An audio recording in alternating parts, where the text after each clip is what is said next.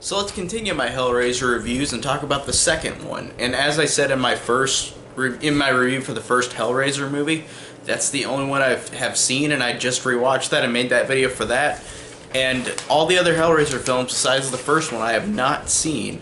So this is a fresh, new experience for me seeing the other Hellraiser movies, which I've always heard either range from being alright to awful, like to terrible.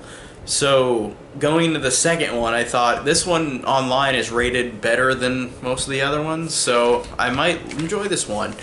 And honestly, I don't think this one is anywhere near as good as the first one, but I think this one is a really solid sequel. I think it actually is pretty good. It does a lot of things that I think are weirder than the first film, and that goes without saying that it's weirder than the first one, but it's weirder in a way where I don't like it as much. Like, I felt like there was so much going on in this movie that I was wondering why they did so much in this as opposed to the first one, which is just about Frank and Julia, Frank trying to get his body back by Julia killing these people so he could reanimate, and the Cenobites are after him, and Christy leads them there in the first movie. And in this one, Christy is in a mental institution after the first one, and her boyfriend Steve is just out of the picture, because whenever she wakes up in the institution, they got one of the guys running it is like, she's like, "Where's Steve?" And he's like, "Oh, your boyfriend? We let him home hours ago." Like, with that crazy story. So Steve didn't go to the mental institution after he said this story too. Well, actually, it makes sense, I guess, because he wasn't there whenever. I don't know, I don't know if that makes sense, honestly.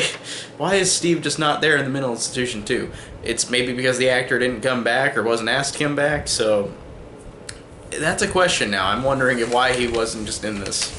But it's Christina mental institution now, and I like the fact that the movie opens up with Pinhead getting his origin. Like, I did like that, because it did play into the end, where whenever Pinhead does become himself again, like human. I like that it showed the opening of that, of him opening up the box just like how Frank did in the first one, and he actually became Pinhead. Like, you see all, like, his face get deformed, get pins drilled into his head, or slammed into his head.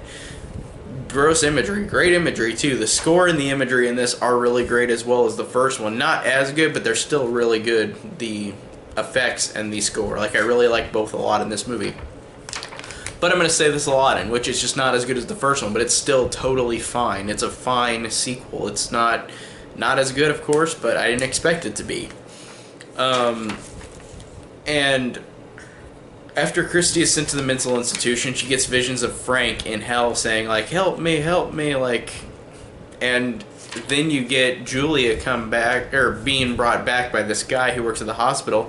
He resurrects her, and he immediately, unlike the first one, just has a lined group of people hung up in the air, so Julia can immediately kill them all and regenerate. So you see her one scene where she's like Frank in the first one, where she's doesn't have all of her body parts yet, but then the next scene she's normal, like she's the actress again, because it showed the line of bodies just sitting there that Julia uses to reanimate. But I just thought it was funny how so quick in succession she turns back to her normal self, unlike Frank in the first one, which took a while. But that made sense in the first one, because they were doing it in hiding. In this one, this guy had all these people tied up already, so Julia was already ready to be reanimated. And also, besides Christy in this movie, who I think is awesome like the first one, I love seeing the character of Julia back. Like, I thought that was actually a cool addition, and I thought she was different than the first one. I thought she was really good in this movie, like the first one. The actress who played Julia, I'm blanking on her name right now, but she is good in this movie as well, and I liked seeing her return. And Frank, of course, returns, but it's not for long, really, at all, because Julia goes and, like, pulls at his heart after they go into hell. So yeah, I love seeing her back, and I love seeing Christy back. Like, I liked how that was a connective tissue to the first one, and I liked seeing these characters again in the second one. And then we've got this one thing, which I don't get why this is really here. And this reminds me a lot of Phantasm 2, but Phantasm 2 did it better, where both of these characters in both these movies, this and Phantasm 2, are in a mental institution. They encounter a girl who is a mysterious blonde younger girl who uses her abilities to help defeat the villain in the end. And it's literally close to the same thing, and they both came out in 1988. That's funny. Like, they literally are almost the same, like, character. This blonde girl, Tiffany, to the other girl, and I blank on her name, in Phantasm 2. Or it's the same kind of story. It's just like this character is brought in, but it's so weird because at Phantasm 2, at least, she played more into the story. Like in this one, this girl says nothing until the end of the movie, and she does solve the puzzles, but it's just like there's no point to her besides that. I didn't get this character's existence, this Tiffany character, and that's one of the reasons why this isn't as good as the first, because it's like, why is this character here and what's the point? Besides the fact that she can solve the puzzles, but even her past isn't really completely resolved. Like, you see parts of it, but it doesn't continue, and it's like, were they trying to do that for a sequel, which I don't know if she'd be in any other sequels, but I haven't seen them all yet, so... And again, I liked how whenever it showed Pinhead's origins in this, and I liked the fact that how the end Kirsty defeated him in that way, where like she shows him this picture she found of him whenever he was a human, Pinhead, and then Pinhead literally is like, I remember that he was human, and I like that. I like that this creature gets like a bit of humanity to him. Like in the first one, he's just like, he's a leader of these Cenobites who are there just to like get what they want. And I like how in this one he had a little bit more like characterization for this kind of blank character. Like this character is supposed to be played blank, Pinhead, and the other two members get turned into humans as well. By this guy who Julia creates. She creates him, and he kills off Pinhead and the other two Cenobites and makes them human. So Julia in this movie, I like how she creates this guy from the hospital, like creates him to make him one of the undead, like hell guys, like the Cenobites are, and he's the big bad of this one, and they kill off Pinhead and the other two, and I thought that was really interesting that they did that. Like, of course they're going to come back in the next one, because he's on the poster for the third one, Pinhead, but I liked how they killed him off in this one. I thought that was cool. And then that guy who's like the new leader, like gets decapitated by the thing that was on his head, this thing that kind of pulls him around everywhere. And again, it was just so odd where it's not really super explained, where I'm like, this is just kind of too weird, in a way.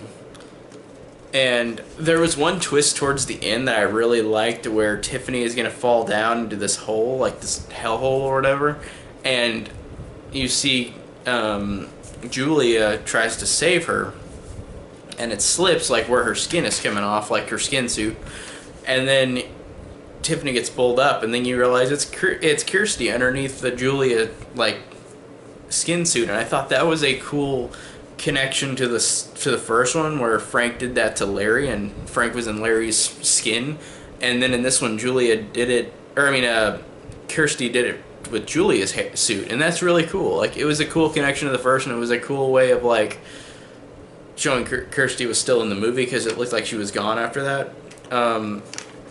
And then at the end, they both leave the institution, her and Tiffany. And then this one guy who is at the house of the guy from the hospital who resurrects Julia. There's that mattress again, which is what resurrected Julia at the beginning. And then blood gets spilled on the mattress, of course. And then this is really a weird ending, because then this big, giant, rectangular spinning thing comes out. And it's just everybody that was like in hell, like just in this rectangular thing spinning around. Like, so you got Pinhead, you got the other two Cenobites, and you got Julia, and you've got like Frank on it too, and they're all just spinning around, stuck and trapped in this rectangular thing. And it's just a weird ending. Like, I was sitting there like, what? Like, okay, that's how it ends? Really? That's weird, but I wonder what how it's gonna play into 3, because it makes it seem like they're, well, I guess it didn't make it seem like they're dead. It seems like they could come back, because they're just in this thing, because it shows Pinhead in the poster for 3. So I'm like, Pinhead's got to come back. He's not dead, of course. They usually don't stay dead in horror movies like this, but like I said, this is one of those movies where it's totally all right. Like, it's not a terrible sequel. It's not a great sequel. It's definitely not anywhere near as good as the first one, but it still has cool images, cool effects. I liked how they kept the characters, Kirsty and Julia again, and Frank. I guess Frank is in it too. And, of course, Pinhead and the Cenobites. And I liked how they connected the story back from the first one to this one, and it continues off where the first one ended. I thought that was really nice, and it actually gave it a little bit more credibility for a sequel. So, but it just has a lot of weird things in it, like the Tiffany character. What's the point of her besides she can create the puzzles, or solve the puzzles, but there's nothing else to her besides that. She's just a mystery.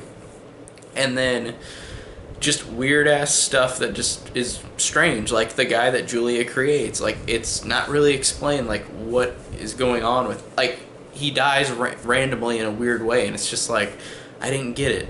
So... But maybe if I saw this again, maybe I'd think differently. But as of this first viewing, I thought that this was totally alright. And I thought, since I haven't seen the other sequels yet, I wonder how far down the road they're going to go into badness, because I thought that this one was totally alright. This might be the most serviceable sequel of them all, so we'll see though when I watch the rest.